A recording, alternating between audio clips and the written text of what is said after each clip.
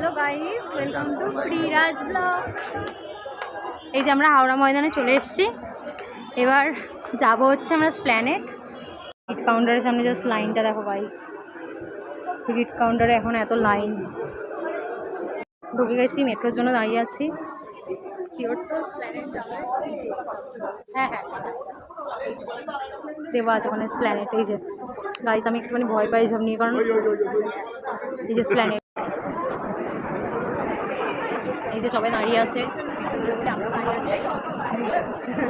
এই যে মেট্রো থেমেছে, এবার আমরা উঠবো মেট্রোতে। হ্যাঁ, গেটটা ওপেন হবে। তারপর ভিড়টা দেখো খালি গাইস, তোমরা ক্রেজটা দেখো। আমরা আলাদা আলাদা হয়ে গেছি। শুধু ভিড়টা দেখো, এই যে ভিড়টা, মানে এর মধ্যে আমরা সবাই কি হবে।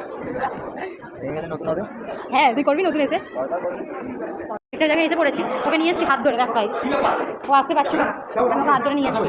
দেখ স্পেশাল মানুষকে দেখলাম আমরা ফিরে থাকেন এবার, তখন আমি ক্যামেরাটা অন করতে পারিনি, এটাই হচ্ছে কথা।